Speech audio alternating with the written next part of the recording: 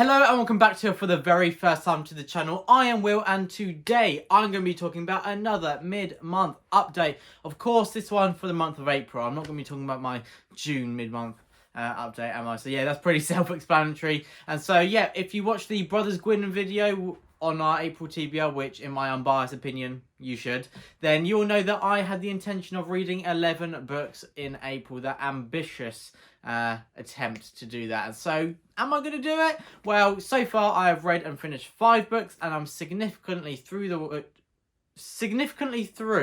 2 others. And so yeah, I'm near the end for both of them. And so yeah, potentially it's going to be a hard one. It's going to be a bit of a struggle, but it's a goal and it'll be good motivation to read a bit more in the latter half of April. And I've read 1,487 pages so far, which is more than I'd read halfway through March. So yeah, it's always nice to have done a bit better than you did the month before, isn't it? It's all about perspective. And so yeah, I'm happy with that. And so let's get into what have I read already in March. And so to kick it off, I have The Way of Adan by Dr. Fantasy Philip Chase himself. This came out in March and it is the debut release of Philip Chase, fellow booktuber. And so yeah, full transparency, I'm lucky enough to call Philip a friend, but I would highly recommend this book, and I don't think that relationship with him affects my judgment on this book at all. This is a great mix of modern and classic fantasy, where you've kind of got that beautiful ethereal feel to the landscape and the world that feels very nostalgic in many ways, but then you've got some complex characters, quite dark, gritty aspects to the story as well. And in my opinion, it was kind of a great mix and match of the things and tropes and ideas that I love about both of those kind of different types of fantasy. And I think The Way of Adan did it brilliantly. And another thing going to the pros list for the series is that one book is going to be released every 3 months until the trilogy is completely out, because Philip has already written them all. So book 2 will be coming out in June and book 3 in September, I think. Yes. And so yeah, it'll be done in a few months, and so yeah, even more reason to jump on the bandwagon and read The Way of Adan. And so yeah, great way to kick off April, as I finished it on the first day of the month. And so yeah, absolutely loved it. And there is a chat with Dr. Philip Chase, well, a review of The Way of Adan on the Brothers Gwyn, and I'll talk about that other bit in a minute. And then next up, I have Skysworn by Will White. This is the 4th installment of the Cradle series. And yeah, I'm just thoroughly enjoying it. It is more of the same, so it's short story. Well, they're not short stories, but it's like a short book, basically. It's around 300 pages. And it is following someone who is the underdog, and they're constantly trying to get more powerful than they are. They're rising up in the magic system. And each book gives us kind of a lot more exploration of the world and the magic, and whilst answering many questions, it presents many more mysteries as well. And I love that it doesn't feel like we're reaching kind of the end of the exploration of this world that Will White has created. There's so much to go, and it feels like it's planned as well, which I absolutely love. It's not like he's like, oh well, I need something, another revelation. It just seems to happen quite naturally and organically. And as I always say of these books, I think if I've read one on its own, I might feel a little bit disappointed, because obviously it's quite short and there's not too much depth to it. But when they're all together, there is a lot of depth to these characters, more so than I expected. And so yeah, it's the first time I've read something which people label as progression fantasy, which basically means the main character are leveling up each time because, well, there's a goal to it. I won't spoil it. But yeah, so I have done a review for Unsold. I actually did that since my last mid-month update. And so if you want to check that out and see what this series is about, please do. And so yeah, really enjoyable. And I'm looking forward to carrying on with reading 1 a month of this series. And then next up, I have The Silver Eagle by Ben Kane, the 2nd installment of the Forgotten Legion trilogy. Some historical fiction to throw into the mix. And I really enjoyed this. I think I prefer the 1st installment because there's a gladiator element to it, and it takes place more in actual Rome. And so yeah, we're following most of the perspectives are slaves in Rome, but then mingling with very powerful figures as well. So I love that kind of play on power dynamics and how that crosses the relationships between characters. I think that's explored really well and really helps to engage with the themes that Ben Kane is kind of growing and evolving throughout the story.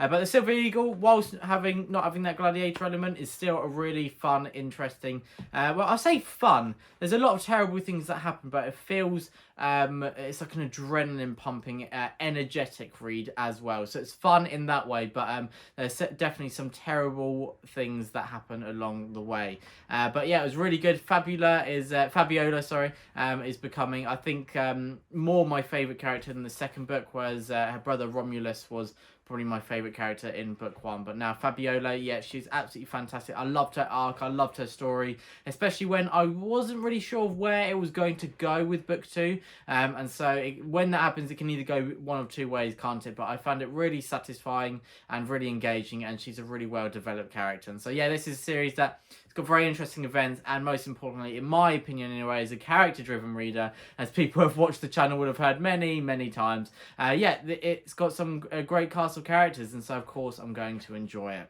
And then some more historical fiction, and that is Yellow Sky Revolt, and this is book one of the Three Kingdoms Chronicles. And wow, this was absolutely brilliant. What an incredible book it is.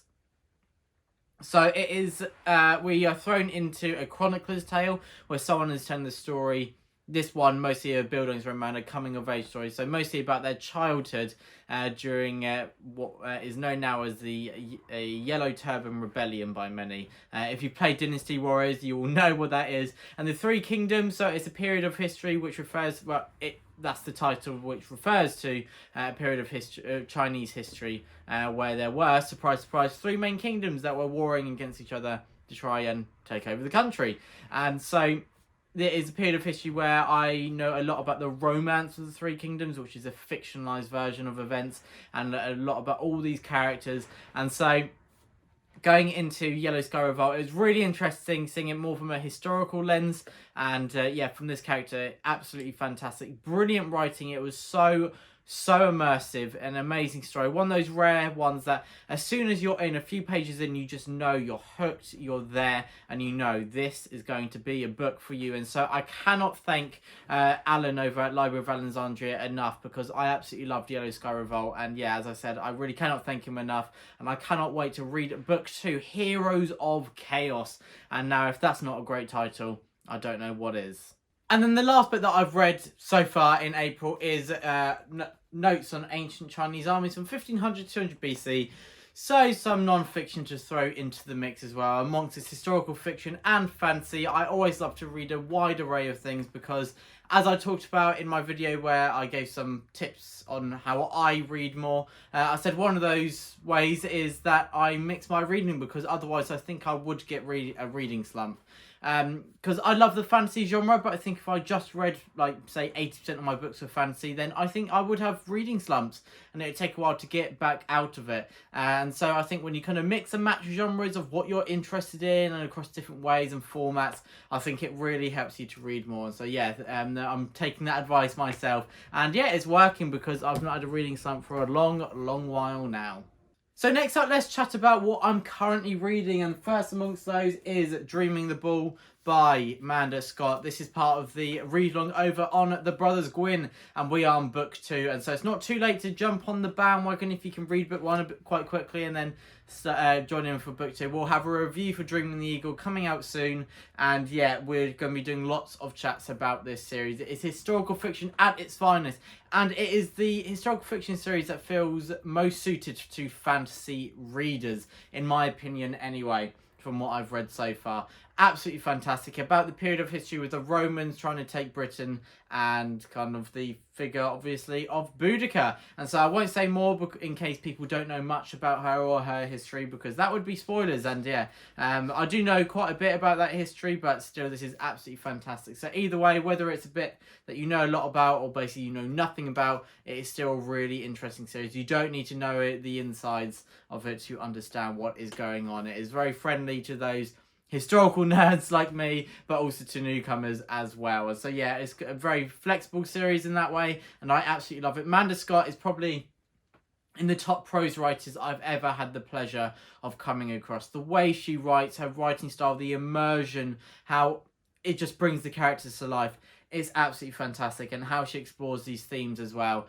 It's just masterful. I only could wish that I could write like Amanda Scott. It's absolutely incredible. And yeah, you got to really just make the most of it when you find writing like this, because it is a rare experience. And so yeah, that is Dreaming the Bull. And the other book I'm currently listening to is Sins of the Mother by Rob J. Hayes, book 4 of the War Eternal series.